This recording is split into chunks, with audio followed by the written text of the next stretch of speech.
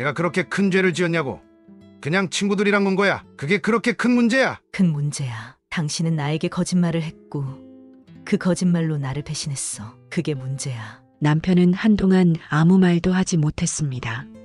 손으로 머리를 감싸 쥔 채 한숨을 내쉬었습니다. 당신 정말 이렇게까지 해야겠어? 응, 더 이상은 못 참아. 나도 사람이고 나도 존중받고 싶어. 나는 이제 당신과 같은 집에 살면서 매일 상처받는 내가 너무 불쌍해. 안녕하세요. 경기도에 사는 68세 김영희입니다. 평생 남편과 함께 작은 가게를 운영하며 두 아이를 키워냈습니다. 남편은 무뚝뚝하지만 성실한 사람이었고 저 역시 그런 남편 곁에서 가정을 지키는 것이 제 역할이라고 믿었어요. 그렇게 우리는 40년 넘게 동고동락하며 두 아이를 대학까지 보내고 결혼시키며 나름 성공적인 삶을 살았다고 생각했습니다. 이제야 좀 쉬면서 여유로운 노년을 즐길 때가 되었다 싶었죠. 하지만 여러분, 인생은 참 알 수 없는 일의 연속인가 봅니다. 제가 상상조차 못했던 일이 제 노년에 일어날 줄은 몰랐으니까요. 얼마 전부터 남편이 친구와 함께 등산을 가기 시작했어요. 처음엔 건강을 위해서라도 잘 됐다 싶었죠. 평생 일만 하던 사람이 이제라도 자기만의 시간을 즐기겠다는 게 얼마나 다행인지 모릅니다. 등산복을 챙겨 입고 모자를 눌러 쓰고 아침 일찍 출발하는 남편을 보며 속으로 응원했어요. 하지만 그날 저녁 집에 돌아온 남편의 얼굴이 어딘가 이상했습니다. 오늘 재미있었어? 제가 아무렇지 않게 물었는데 남편은 어물어물 대답을 피하더군요. 왠지 그 순간 마음 한구석에선 이상하다는 느낌이 들었지만 바로 고개를 저었습니다. 설마 무슨 일이 있겠어? 그냥 피곤해서 저러는 거겠지. 그런데 이상하게도 등산이 점점 잦아졌습니다. 한 주에 한 번이던 등산이 2번, 3번으로 늘어났고 가끔은 하루 종일 돌아오지 않는 날도 있었어요. 가끔은 아예 전화도 받지 않더군요. 솔직히 그때부터 마음이 불편했습니다. 하지만 그저 오랜 세월 나와 함께한 사람인데 무슨 일이 있겠어? 하며 제 스스로를 다독였습니다. 사람 마음이 참 묘하죠? 한편으론 의심이 들면서도 한편으론 남편을 믿고 싶은 그 감정의 혼란. 여러분은 혹시 이런 경험 있으신가요? 가까운 사람을 믿고 싶지만 어딘가 설명되지 않는 불안함이 계속 가슴 한구석에 남아있는 그 느낌 말이에요. 저희 부부는 은퇴 후 평범하면서도 소박한 노년을 보내고 있었습니다. 오랜 시간 작은 가게를 함께 운영하며 두 아이를 키웠고 두 사람 모두 각자의 가정을 꾸리며 잘 살아가고 있기에 더 바랄 것이 없었어요. 그저 남편과 함께 아침에 차 한 잔을 나누고 저녁엔 소소한 이야기를 나누며 하루를 마무리하는 것. 그것이 제가 꿈꿔왔던 노년의 모습이었습니다. 그런데 어느 날 남편이 말했습니다. 친구가 등산 한번 같이 가자고 하네. 요즘 다들 산에 다니면서 건강 챙긴다더라. 그 말을 들은 순간 제 마음 한구석에서는 이 사람이 드디어 뭔가 새로운 취미를 가지려는구나 하는 안도감과 기쁨이 스쳤습니다. 사실 남편은 은퇴 후에도 마땅한 취미 하나 없이 그저 집에서 TV를 보거나 신문을 읽으며 시간을 보냈거든요. 가끔은 그 모습이 안쓰럽기도 했고 가끔은 답답하기도 했습니다. 잘 됐네. 당신도 이제 건강 생각할 나이잖아. 다녀와. 기분 전환도 하고. 저는 환한 얼굴로 남편에게 말했고 남편도 드물게 밝게 웃으며 고개를 끄덕였습니다. 그렇게 등산 첫날이 찾아왔습니다. 남편은 평소와는 다른 모습이었어요. 작은 가방에 물통과 모자를 챙기고 새로 산 등산복을 입고 거울 앞에서 옷매무새를 가다듬었죠. 당신 정말 등산객 같네. 멋져. 저는 장난스럽게 말하며 남편의 등을 토닥였습니다. 남편은 약간 쑥스러운 듯 웃더니 모자를 푹 눌러쓰고 현관문을 나섰습니다. 그 뒷모습이 왠지 모르게 새롭고 낯설었습니다. 그날 남편이 집을 나선 후 저는 오랜만에 집안일을 하면서 기분이 좋았습니다. 그래, 이제라도 남편이 바깥바람을 쐬고 건강한 시간을 보내는구나 하고 마음이 뿌듯했죠. 시간이 흘러 남편이 집으로 돌아왔습니다. 저녁 무렵 남편은 평소보다 조금 피곤해 보였지만 얼굴에는 알 수 없는 어색한 표정이 떠올랐습니다. 오늘 재미있었어? 친구랑 잘 다녀왔어? 저는 반가운 마음에 물었지만 남편은 말끝을 흐리며 대답을 피했습니다. 그냥 뭐 나쁘지 않았어. 그 말투가 평소와는 조금 달랐습니다. 하지만 저는 대수롭지 않게 넘겼습니다. 처음이라 힘들었나 보다, 산을 오르느라 지쳤겠지 하고 말이죠. 그날 저녁 남편은 일찍 잠자리에 들었고 저는 그런 남편을 바라보며 속으로 이렇게 생각했습니다. 당신도 이제 새로운 재미를 찾았겠지. 건강해지면 좋잖아. 하지만 마음 한구석에서는 설명할 수 없는 작은 불편함이 고개를 들고 있었습니다. 말로 설명할 수 없는 아주 작은 불안감이었죠. 며칠 후 남편은 또다시 등산을 간다고 말했습니다. 이번엔 훨씬 가벼운 목소리로 조금은 들뜬 표정으로 말이죠.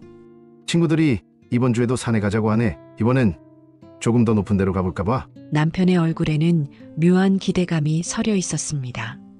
저는 웃으며 대답했습니다. 그래, 다녀와. 당신 건강만 챙길 수 있다면 얼마나 좋아. 그렇게 남편은 두 번째로 등산을 떠났고 저는 여전히 남편이 새로운 취미를 찾았다는 사실에 뿌듯했습니다. 하지만 그 두 번째 등산 후에도 남편은 뭔가 말수를 줄였고 집에 돌아올 때마다 그 어색한 표정을 짓곤 했습니다. 산에 올라가는 게 좀 힘들었어? 다음부턴 너무 무리하지 말고. 제가 걱정스레 물어보면 남편은 애써 웃으며 고개를 끄덕였고 저는 더 이상 깊게 묻지 않았습니다. 시간이 지나면서 남편의 등산 빈도는 점점 늘어났습니다.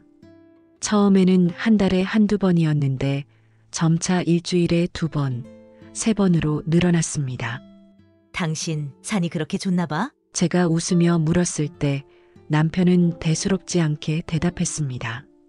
좋지. 산에 가면 바람도 좋고 공기도 좋고 친구들이랑 이야기 나누다 보면 시간도 잘 가고. 그때까지도 저는 남편의 말을 의심하지 않았습니다. 믿고 싶었고 또 믿어야 한다고 생각했으니까요. 하지만 그날 남편의 가방에서 멋들어진 셔츠와 향수 냄새가 나는 스카프를 발견했을 때 제 마음은 한순간 얼어붙고 말았습니다. 이건 등산에 입고 가는 옷이 아니잖아? 그제야 제 머릿속에서 의심이라는 단어가 천천히 떠올랐습니다. 여러분은 어떻게 생각하시나요? 사랑하는 사람이 매일 새로운 취미를 찾아간다고 말하면서도 뭔가 감출 듯 행동한다면 여러분은 그 상황을 어떻게 받아들이셨을까요? 그때까지만 해도 저는 제가 경험하게 될 이야기가 이렇게 복잡하고 아플 줄은 몰랐습니다. 제 이야기는 이제 막 시작되었습니다. 앞으로 펼쳐질 이야기 속에서 저는 과연 어떤 선택을 했을까요? 다음 이야기가 궁금하시다면 구독과 좋아요 부탁드립니다. 여러분의 따뜻한 댓글과 조언이 큰 힘이 됩니다. 그날은 평범한 하루였습니다. 남편은 평소처럼 등산복을 챙기고 친구들과 산에 간다며 일찍 집을 나섰습니다. 남편이 집을 나가고 몇 시간 뒤 저는 거실 청소를 하다가 남편이 충전해둔 휴대폰을 발견했습니다. 원래라면 남편의 물건을 함부로 만질 생각조차 하지 않았을 겁니다. 하지만 그날따라 휴대폰 화면에 툭 하고 알림 하나가 떴습니다. 오늘도 즐거웠어요. 다음에 또 봐요. 순간 제 손이 얼어붙었습니다. 심장이 쿵 내려앉는 느낌이었어요. 이게 뭐지? 손가락 끝이 떨리기 시작했습니다. 떨리는 손으로 화면을 조금 더 내려보니 단체 채팅방 알림이 보였습니다. 이름은 오콜라텍 친구들. 콜라텍? 제 머릿속이 하얘졌습니다. 남편은 분명 산에 간다고 했는데 왜 콜라텍이라는 단어가 나오는 걸까요? 제 머릿속에서는 수많은 생각이 뒤엉키기 시작했습니다. 설마 아니겠지. 오랜 세월 믿고 살아온 사람이잖아. 내가 착각한 걸 거야. 하지만 불안감은 저를 놓아주지 않았습니다. 알림을 누르고 싶었지만 손가락이 움직이지 않았습니다. 그 순간 제가 그 채팅방을 열어본다면 돌이킬 수 없는 진실과 마주해야 할 것 같았거든요. 하지만 궁금증과 불안감은 저를 이끌었고 저는 결국 그 채팅방을 열었습니다. 다들 오늘 너무 즐거웠어요. 우리 다음 주에도 만나요.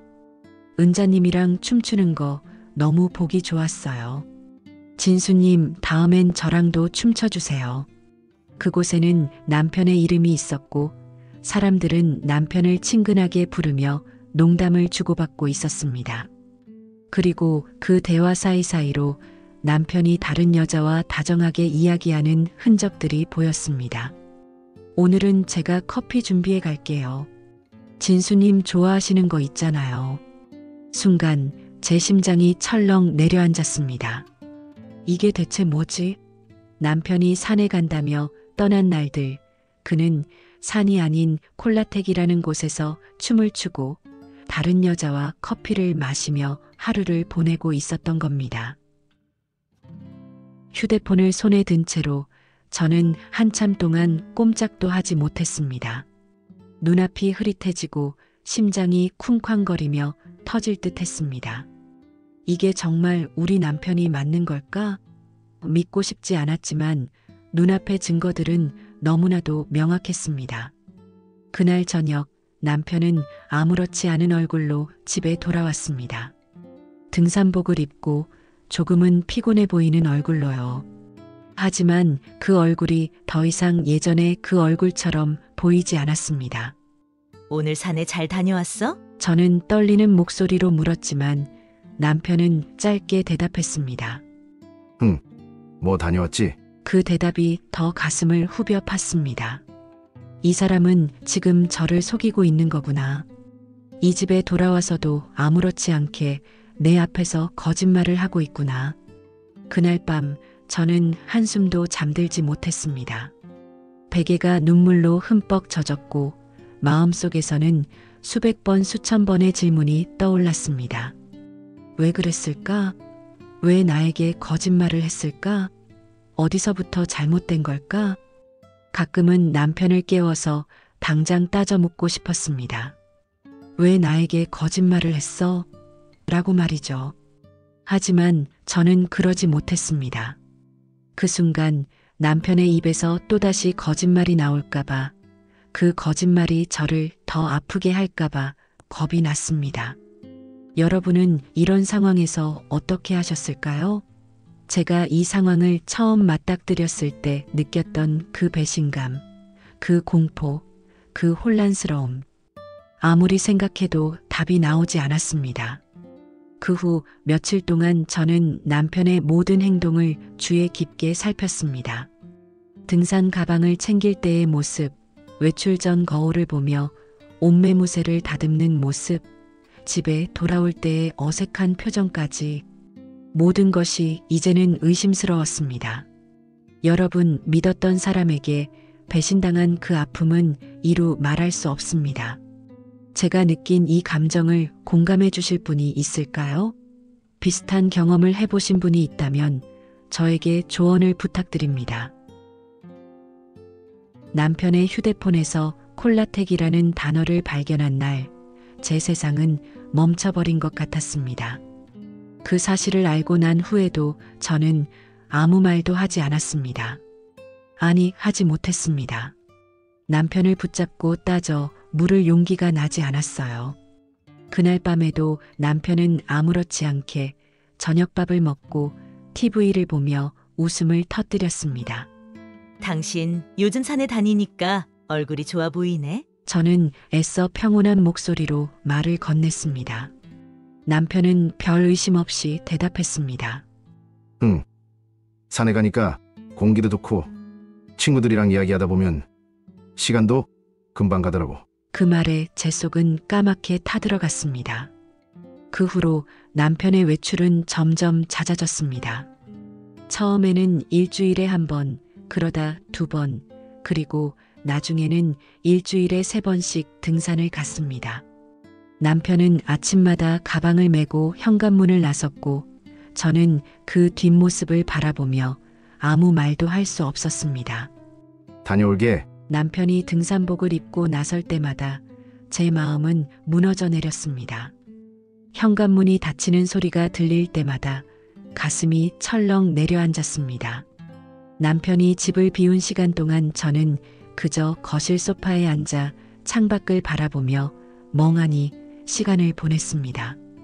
다른 일을 하려고 해도 손에 잡히지 않았고 TV를 켜도 눈과 귀에 아무것도 들어오지 않았습니다. 저 사람은 지금 어디서 누구와 있을까? 왜 나에게 이런 일을 숨겼을까? 머릿속은 온통 그런 생각들로 가득했습니다. 어느 날은 남편이 집을 나서자마자 제가 몰래 따라가 볼까 하는 생각도 했습니다. 하지만 저는 끝내 그러지 못했습니다.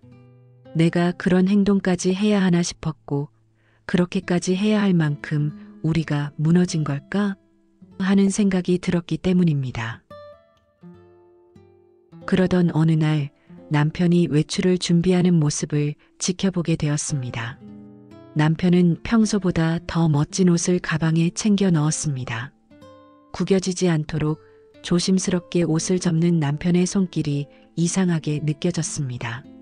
당신 오늘은 산 말고 다른 데 가는 거 아니야? 저도 모르게 입 밖으로 그 말이 튀어나왔습니다.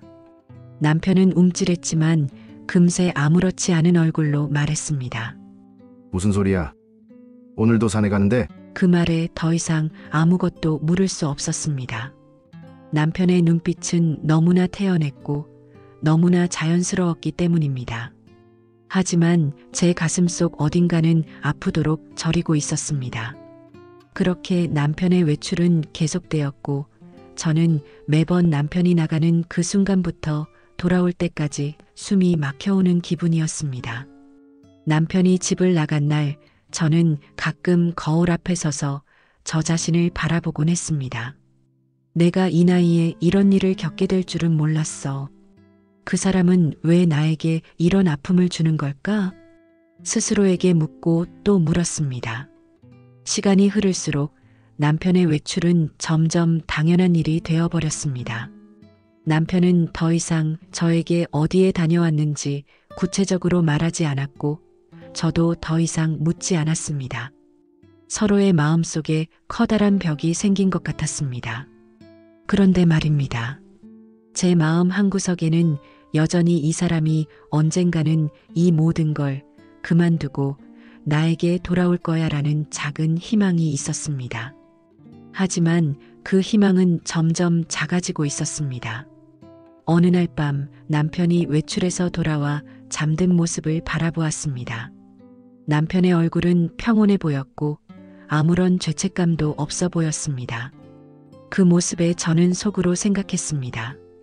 이 사람은 나를 사랑하지 않는 걸까? 아니면 단순한 일탈일까? 제 머릿속은 온갖 생각으로 복잡했고 제 가슴은 점점 무거워졌습니다. 여러분, 제가 왜 이 모든 걸 묵묵히 참았는지 아시나요? 저는 남편을 믿고 싶었습니다. 오랜 세월 함께 살아온 사람을 마지막까지 믿고 싶었어요. 하지만 제 믿음은 점점 갈라지고 있었습니다. 그렇게 저는 남편의 거짓말을 알면서도 아무 말도 하지 못한 채 하루하루를 견뎌내고 있었습니다. 여러분이라면 이런 상황에서 어떻게 하셨을까요? 남편을 붙잡고 따져 물었을까요? 아니면 저처럼 침묵 속에서 괴로워하며 하루하루를 견뎌내셨을까요? 남편이 등산이라는 이름으로 집을 비우는 날들이 점점 더 많아졌고 저는 그 시간이 너무나도 길고 괴롭게 느껴졌습니다. 남편의 가방 속에서 발견된 멋진 셔츠, 휴대폰에서 우연히 본 단체 채팅방, 그리고 그 안에 남편의 다정한 말투, 모든 것들이 저를 올가매고 있었습니다. 하지만 그럼에도 저는 남편과 마주 앉아 이야기할 용기가 나지 않았습니다. 남편이 제 말을 듣고 화를 내거나 아니면 거짓말로 저를 더 속일까봐 두려웠습니다. 그렇게 매일 밤 눈물을 삼키며 잠들었고 매일 아침엔 마주하고 싶지 않은 현실을 다시 떠올리며 하루를 시작했습니다. 그러던 어느 날 제 가장 오랜 친구이자 마음을 터놓을 수 있는 단 한 사람, 정숙 언니가 떠올랐습니다. 언니, 나 오늘 좀 만나줄 수 있어? 저는 떨리는 목소리로 언니에게 전화를 걸었고 언니는 흔쾌히 저를 만나주겠다고 했습니다. 오랜만에 언니를 만난 날 저는 평소처럼 웃으며 인사하려고 했지만 제 입가엔 웃음 대신 떨림만 남아 있었습니다. 영희야, 얼굴이 왜 이렇게 상했어? 무슨 일 있어? 언니는 저를 보자마자 걱정스러운 눈빛으로 물었고 저는 그 순간 눈물이 왈칵 쏟아졌습니다. 언니, 나 어떻게 해야 할지 모르겠어. 커피잔을 잡고 있던 제 손이 떨리고 있었습니다. 언니는 제 손을 꼭 잡아주며 말했습니다. 천천히 말해봐. 무슨 일이야? 내가 다 들어줄게. 그 말에 저는 그동안 꾹꾹 눌러왔던 마음속 이야기를 모두 쏟아냈습니다. 남편이 등산 간다고 하면서 콜라텍에 가고 있었어. 거기서 여자들이랑 춤추고 밥 먹고 하루를 보내고 있었어. 언니의 눈이 커졌습니다. 언니는 아무 말 없이 제 말을 끝까지 들어주었고 저는 울먹이며 계속해서 말을 이어갔습니다. 그 사실을 알고도 나는 아무 말도 하지 못했어. 매일 밤 잠도 못 자고 하루 종일 그 생각만 하면서 사는데 언니, 나 어떡하면 좋아? 이걸 계속 숨기고 살아야 할까? 아니면 남편에게 다 말해야 할까? 제 목소리는 떨렸고 언니는 깊은 한숨을 내쉬며 저를 바라보았습니다. 영희야, 이대로는 안 돼. 이렇게 가슴에만 품고 있으면 너만 병들어. 남편에게 진지하게 이야기해봐. 내 마음이 얼마나 힘든지, 얼마나 아픈지 솔직하게 말해. 언니의 말은 단호했지만 따뜻했습니다. 하지만 남편이 만약 화를 내면 어떡해? 내 말을 듣지 않고 계속 거짓말을 하면? 그럼 난 어떻게 해야 해? 제 목소리는 떨리고 있었습니다. 언니는 제 손을 더욱 꽉 잡으며 말했습니다. 영희야, 남편이 어떻게 나오든 간에 너는 너 자신을 지켜야 해. 내가 이렇게 혼자 끙끙 앓고 있으면 아무것도 해결되지 않아. 내 진심을 말해. 그래야 그 사람도 알 거야. 그리고 내가 계속 이렇게 괴로워할 필요는 없어. 언니의 말에 제 눈에는 또다시 눈물이 고였습니다. 그런데 언니, 나는 남편이 미워서 이런 게 아니야. 그냥 그 사람이 왜 나한테 거짓말을 했는지, 왜 이렇게 나를 속였는지, 그게 너무 가슴이 아파. 우리 둘이서 평생을 함께 살아왔는데 왜 나를 이렇게까지 속여야 했을까? 그 순간 언니의 눈에도 눈물이 맺혔습니다. 영희야, 내 마음이 어떤지 알 것 같아. 믿었던 사람에게 배신당한 그 아픔은 말로 다 알 수 없지. 하지만 이건 내가 혼자 해결할 수 있는 문제가 아니야. 반드시 남편과 마주 앉아서 이야기해야 해. 내가 얼마나 힘들었는지, 얼마나 아팠는지 그 사람에게 말해야 해. 언니의 말이 제 가슴 깊숙이 박혔습니다.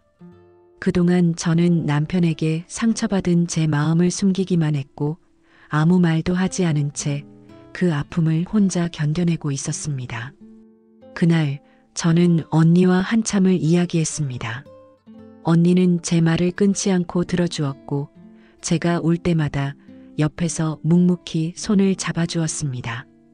영희야, 이제 그만 너 자신을 위해서라도 남편과 이야기해봐. 그게 어떤 결과를 가져오든 적어도 너는 더 이상 혼자 아프지 않을 거야. 언니의 조언을 듣고 집으로 돌아오는 길, 제 마음은 여전히 무겁고 두려웠지만 그 안에 작은 용기가 피어오르기 시작했습니다. 그래, 이대로는 안 돼. 나도 더 이상 이렇게 살 수는 없어. 여러분, 믿었던 사람에게 상처받았을 때 그것을 누군가에게 털어놓는 일이 얼마나 큰 용기인지 아시나요? 저는 그날 언니에게 제 속마음을 털어놓음으로써 조금이나마 제 어깨에 짊어진 짐을 덜어낼 수 있었습니다.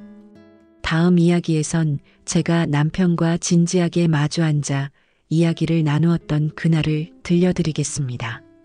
오늘 제 이야기가 여러분의 마음에 작은 위로가 되었길 바랍니다.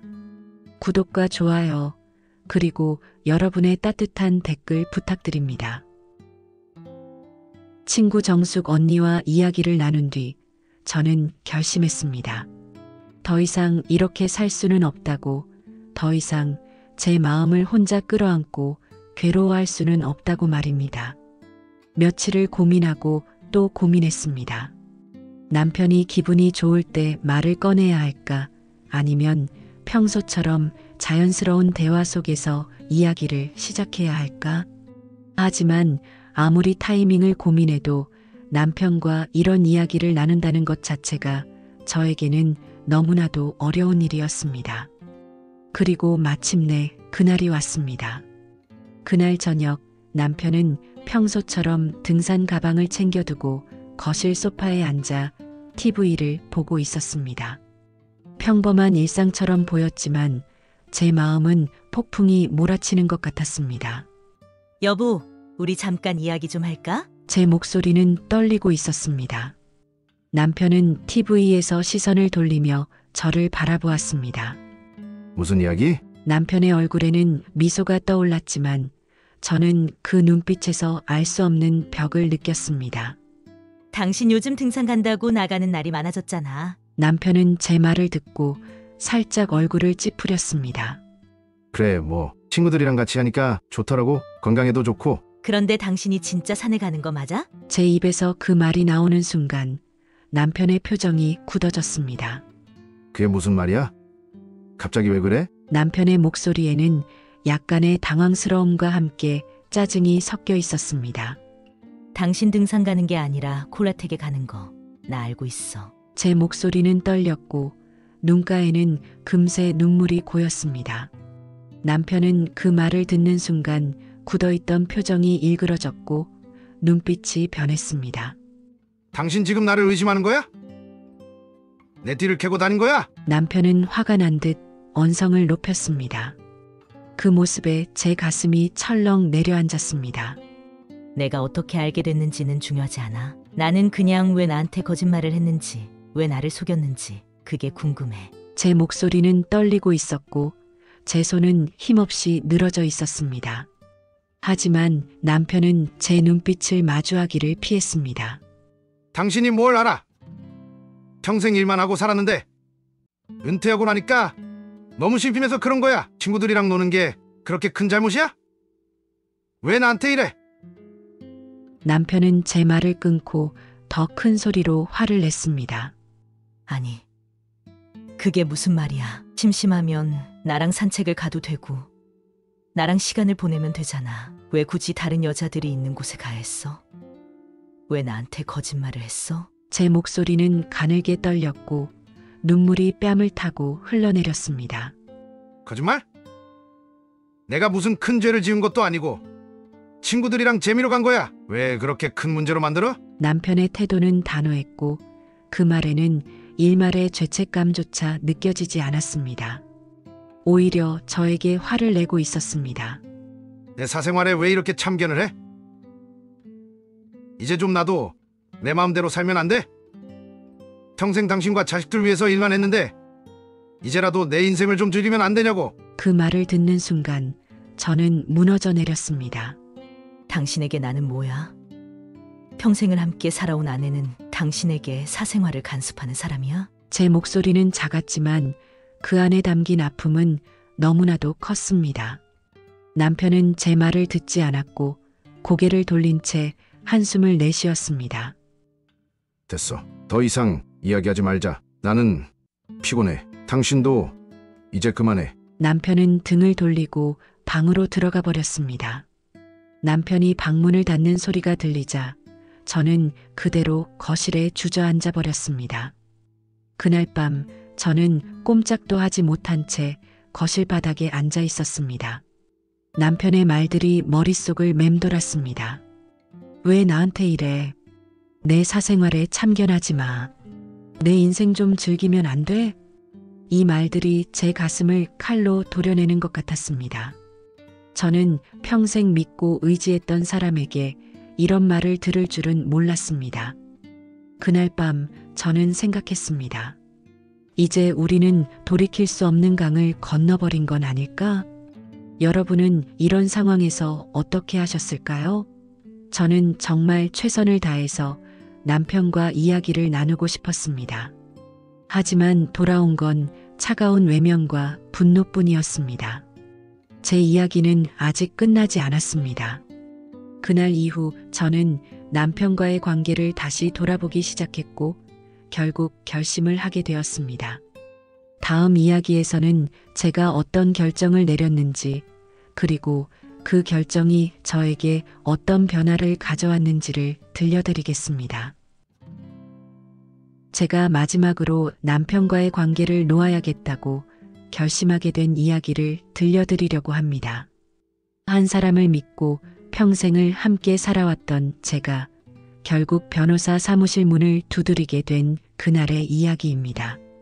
남편과의 대화 이후 제 마음속에는 돌이킬 수 없는 상처가 남았습니다. 내 사생활에 참견하지 말라는 남편의 말이 가시처럼 제 가슴에 박혀서 빠지지 않았습니다. 그날 이후에도 남편은 여전히 잦은 외출을 지속했습니다. 등산복을 챙기고 작은 가방을 메고 아무렇지 않은 얼굴로 현관문을 나서는 남편의 뒷모습을 볼 때마다 제 가슴은 쿵 하고 내려앉았습니다. 다녀올게. 그 한마디가 얼마나 차갑게 들리던지요.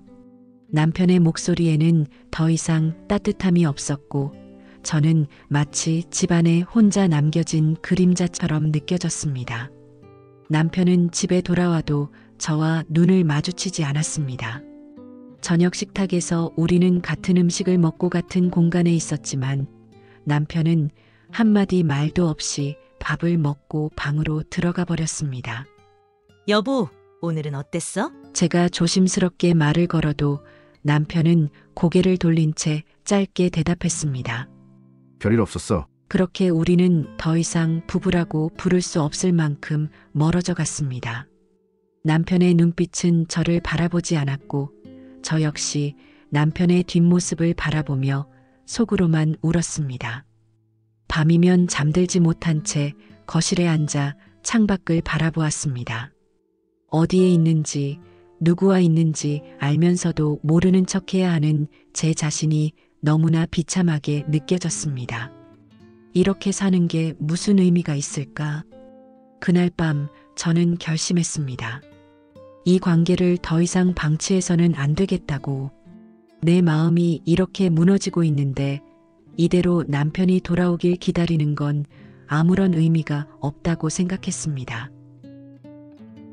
며칠 뒤 저는 작은 변호사 사무실 앞에 서 있었습니다.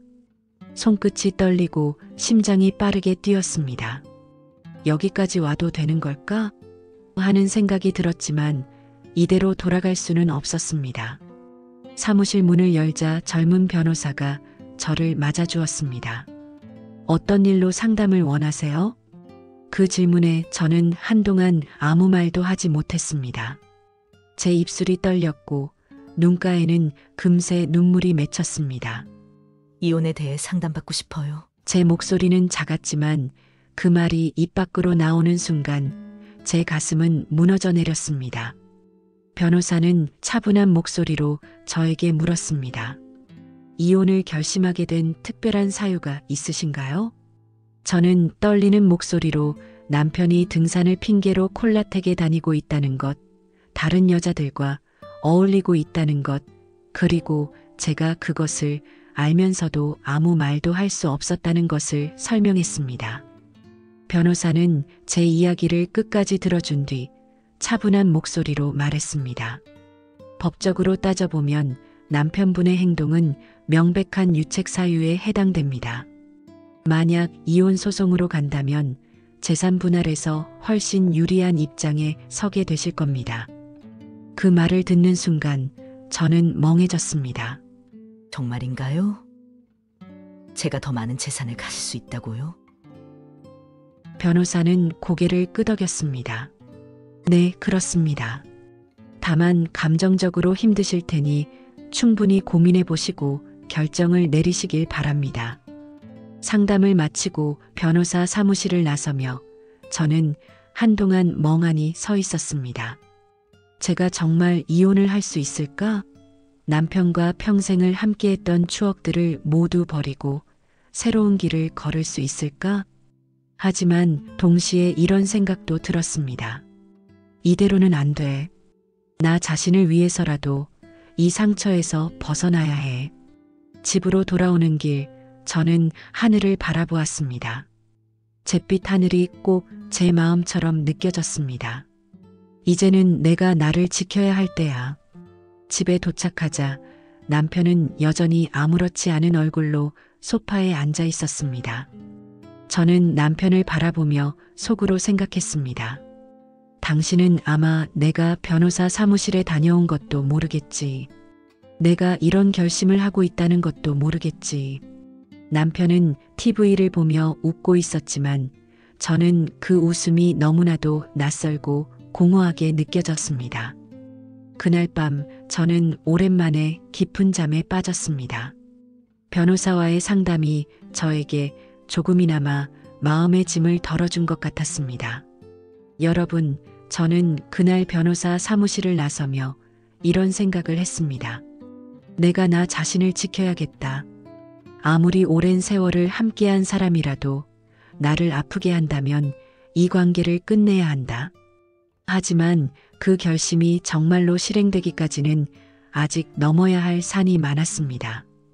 다음 이야기에서는 제가 남편에게 마지막 통보를 하고 그 결심을 실행에 옮겼던 날의 이야기를 들려드리겠습니다. 오늘 제 이야기가 누군가에게 작은 용기가 되었으면 합니다.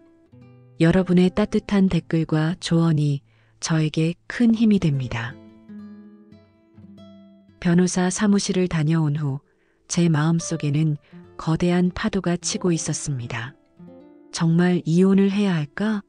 라는 고민과 이대로는 안 된다는 결심이 하루에도 수십 번씩 저를 괴롭혔습니다. 남편은 여전히 매주 두세 번씩 등산이라는 핑계를 대고 집을 비웠고 저와의 대화는 여전히 피하고 있었습니다. 시간이 지날수록 남편과 저 사이에는 돌이킬 수 없는 거리가 생겨났습니다. 하지만 이제는 더 이상 이 상황을 견딜 수 없었습니다. 제게 남아있는 마지막 자존심이라도 지켜야겠다고 생각했습니다. 그날 아침 남편은 평소처럼 가방을 챙기고 등산복을 입고 있었습니다. 제 마음은 이미 결정을 내린 상태였고 이제는 이 상황을 끝내야겠다고 생각했습니다. 여보, 오늘은 나가기 전에 잠깐 이야기 좀 해. 제 목소리는 차분했지만 단호했습니다. 남편은 제 목소리에서 평소와 다른 무언가를 느꼈는지 가방을 멈칫 내려놓고 저를 바라보았습니다. 왜? 또 무슨 이야기 하려고 그래? 남편의 목소리에는 짜증이 섞여 있었지만 저는 흔들리지 않기로 마음먹었습니다. 저는 테이블 위에 변호사 상담 자료를 꺼내어 남편 앞에 놓았습니다. 남편의 눈이 조금 흔들리는 게 보였습니다. 이게 뭐야? 당신이 계속 등산을 핑계로 나를 속였고 나에게 거짓말을 했어. 그동안 나는 얼마나 아팠는지 알아? 이제는 더 이상 이렇게 살 수 없어. 이건 변호사 상담 자료야. 이혼 준비를 끝냈어. 제 목소리는 떨리지 않았습니다. 남편은 서류를 집어들고 한 장 한 장 넘기기 시작했습니다. 남편의 얼굴이 점점 굳어갔습니다. 이게 뭐야? 당신 진짜 이혼을 하겠다고? 남편의 목소리는 분노와 당황함이 뒤섞여 있었습니다. 당신이 날 이렇게 몰아가는 거야? 내가 그렇게 큰 잘못을 했어? 잘못을 했는지 모르겠어. 다른 여자와 춤을 추고 밥을 먹고 커피를 마시고 그걸 다 알면서도 나는 아무 말도 하지 않았어. 왜냐하면 나는 당신이 스스로 돌아오길 바랐으니까. 하지만 이제는 더 이상 기다릴 수 없어. 제 눈에 눈물이 고였지만 울지 않으려고 이를 악물었습니다. 남편은 테이블을 주먹으로 내리치며 소리쳤습니다. 내가 그렇게 큰 죄를 지었냐고. 그냥 친구들이랑 논 거야. 그게 그렇게 큰 문제야. 큰 문제야. 당신은 나에게 거짓말을 했고 그 거짓말로 나를 배신했어. 그게 문제야. 남편은 한동안 아무 말도 하지 못했습니다. 손으로 머리를 감싸 쥔 채 한숨을 내쉬었습니다. 당신 정말 이렇게까지 해야겠어? 응, 더 이상은 못 참아. 나도 사람이고 나도 존중받고 싶어. 나는 이제 당신과 같은 집에 살면서 매일 상처받는 내가 너무 불쌍해. 제 목소리에는 단호함이 가득했습니다. 그제야 남편의 눈빛이 달라지기 시작했습니다. 처음에는 화를 내던 남편이 이제는 당황하고 그리고 체념한 듯한 눈빛으로 저를 바라보았습니다. 정말 이혼할 거야? 그래, 당신은 이제 나와 살지 말고 당신이 원하는 삶을 살아. 나는 더 이상 당신의 뒷모습을 바라보며 혼자 울지 않을 거야. 그날 오후 남편은 작은 가방에 옷가지와 세면도구를 챙겼습니다. 방 안에서는 가끔 남편의 한숨소리가 들렸습니다. 저는 거실에 앉아 남편이 짐을 싸는 소리를 들으며 눈물을 삼켰습니다.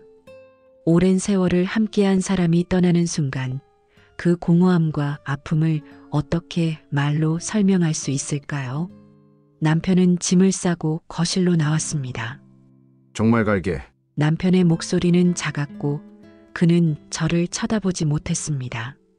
당신도 건강하게 잘 지내. 남편은 천천히 현관문을 열고 나갔습니다.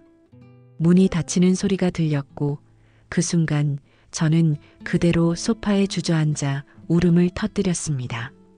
남편이 떠난 집은 조용했습니다. 텅 빈 거실과 남편의 옷가지가 빠져나간 방은 더 넓어 보였습니다. 그 순간 저는 깨달았습니다. 이제 정말 끝이구나.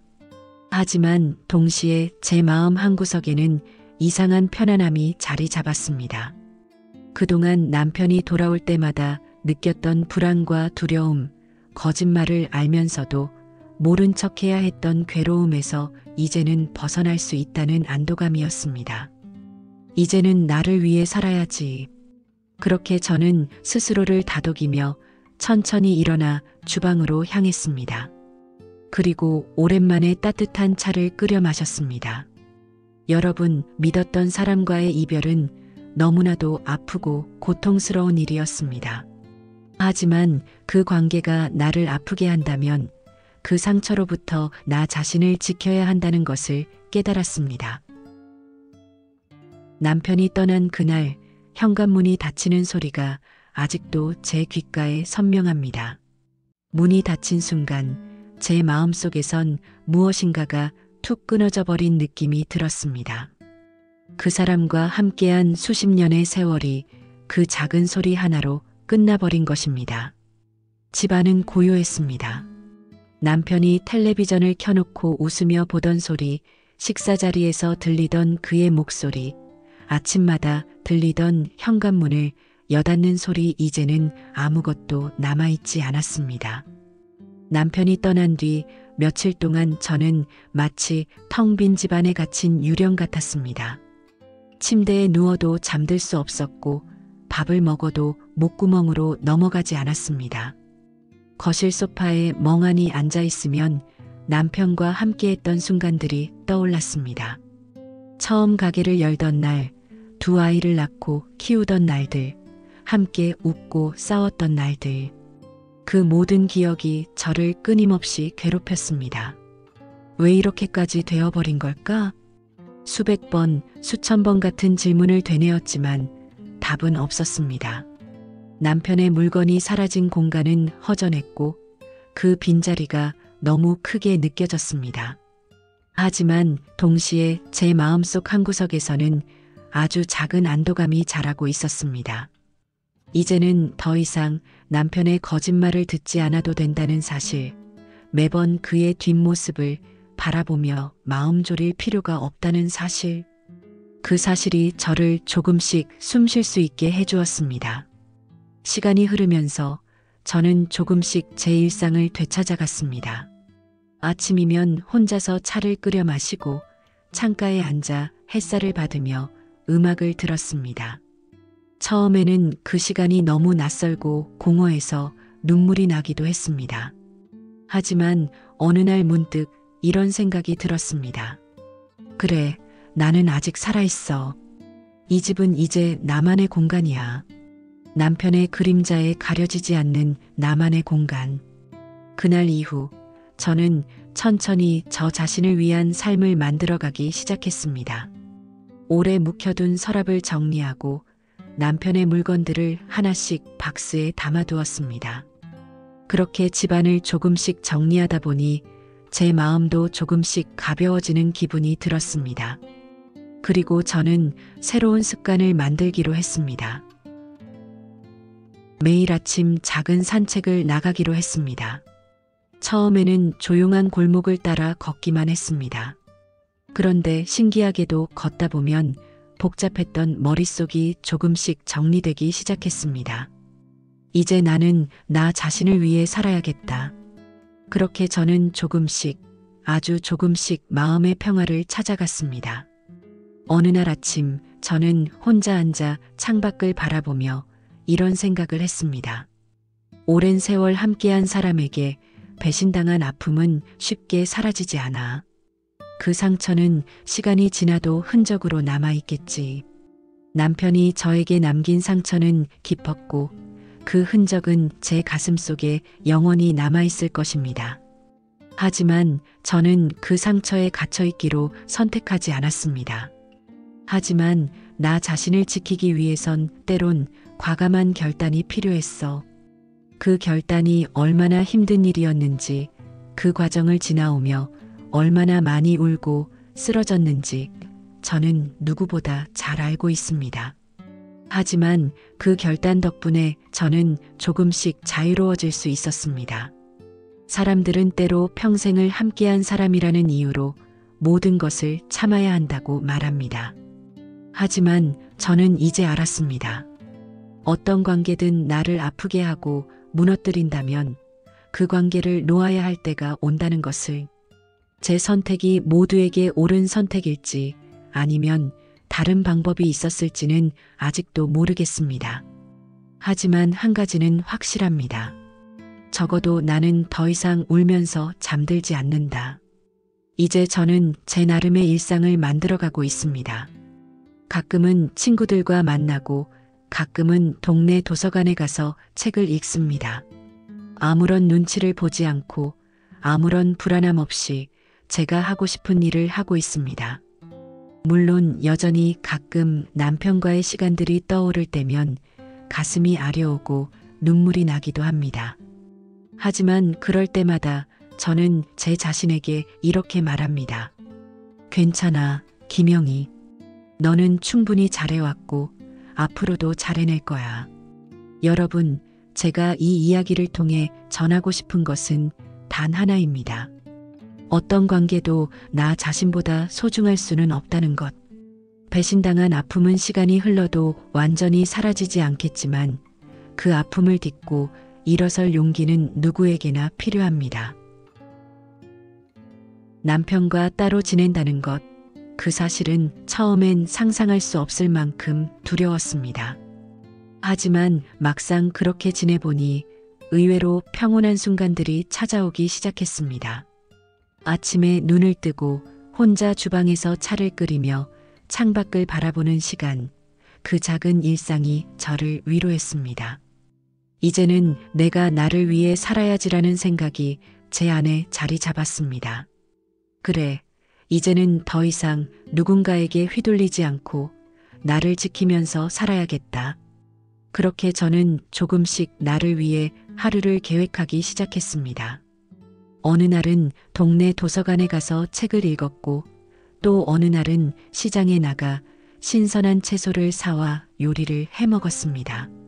남편이 있을 때는 해보지 않았던 일들이었지만 막상 해보니 이런 일들이 저에게 작지만 확실한 행복을 주었습니다.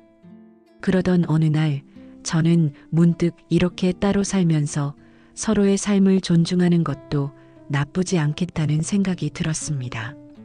요즘 들어 많이들 말하는 조론이라는 단어가 제 머릿속을 스쳤습니다. 이혼이 아니더라도 각자의 삶을 살아가면서 가끔씩 연락을 주고받고 서로에게 부담을 주지 않는 것도 하나의 방법일지 몰라. 물론 남편과의 상처는 여전히 제 가슴 한구석에 남아 있습니다. 그 상처가 완전히 아물지는 않을 거예요. 하지만 이렇게 떨어져 지내다 보면 언젠가는 그 사람의 실수도 조금은 덜 미워지지 않을까 싶었습니다. 남편은 아직 저에게 연락을 하지 않았고 저도 남편에게 먼저 연락을 하지는 않았습니다. 하지만 이 조용한 거리감이 오히려 저를 편안하게 만들어주고 있었습니다. 혼자 있는 시간이 길어지면서 저는 제 마음을 조금씩 돌아보게 되었습니다. 남편과 나눈 추억, 좋았던 순간들, 그리고 나를 속이고 거짓말을 했던 그 순간까지 모든 것을 다 용서할 수는 없겠지. 하지만 이제는 더 이상 남편 때문에 울지 않을 거야. 어느 날 산책을 하다 문득 이런 생각이 들었습니다. 그 사람 때문에 내 삶을 망치고 싶지 않다. 남은 내 인생은 나를 위해 쓰고 싶다. 그렇게 저는 더 이상 남편에게 휘둘리지 않기로, 그리고 그 사람 때문에 더 이상 아프지 않기로 결심했습니다. 제가 남편과의 관계를 조론이라는 형태로 이어갈까 고민하는 이유는 어쩌면 아직 완전히 놓아버리지 못한 마음 때문일지도 모릅니다. 여러분이라면 저처럼 조론을 선택하셨을까요? 아니면 이혼을 끝까지 밀어붙였을까요? 어떤 선택이 정답이라고 말할 수는 없겠지요. 하지만 한 가지 확실한 것은 무엇보다 나 자신을 잃지 않는 것이 가장 중요하다는 것입니다. 남편과 함께했던 시간들이 모두 나쁜 것은 아니었고 한때는 분명 서로에게 소중한 존재였으니까요. 그 추억까지 모두 버리고 싶지는 않습니다. 하지만 그렇다고 해서 과거에 얽매여 제 삶을 놓아버리고 싶지는 않습니다.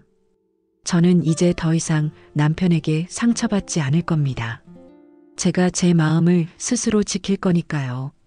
남편이 떠난 뒤 처음 며칠은 모든 것이 무너진 것처럼 느껴졌지만 이제는 알겠습니다. 상처는 언젠가 아물 것이고 그 자리에 새로운 희망이 피어날 거라는 것을. 가끔은 남편이 어떻게 지내는지 궁금하기도 합니다. 그 사람도 저와 같은 마음일까요? 아니면 여전히 제게 화가 나 있을까요? 하지만 이제 그런 것들은 더 이상 제게 중요하지 않습니다. 저는 제 길을 가기로 했고 제 삶을 살기로 했으니까요. 여러분의 삶에는 저와 같은 가슴 아픈 일이 일어나지 않았으면 좋겠습니다. 하지만 혹시라도 비슷한 상황에 놓이셨다면 부디 자신을 잃지 말고 자신의 마음을 지키며 나아가시길 바랍니다.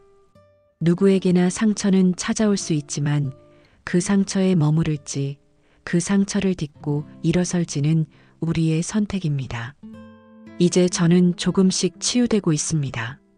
그리고 언젠가 저에게도 더 따뜻하고 평온한 날들이 찾아오리라 믿습니다. 제 이야기를 끝까지 들어주셔서 감사합니다. 여러분이라면 어떻게 하셨을까요? 제게 조언이나 따뜻한 말씀을 댓글로 남겨주시면 큰 힘이 될 것 같습니다. 앞으로도 여러분의 하루가 평온하고 행복하기를 바랍니다.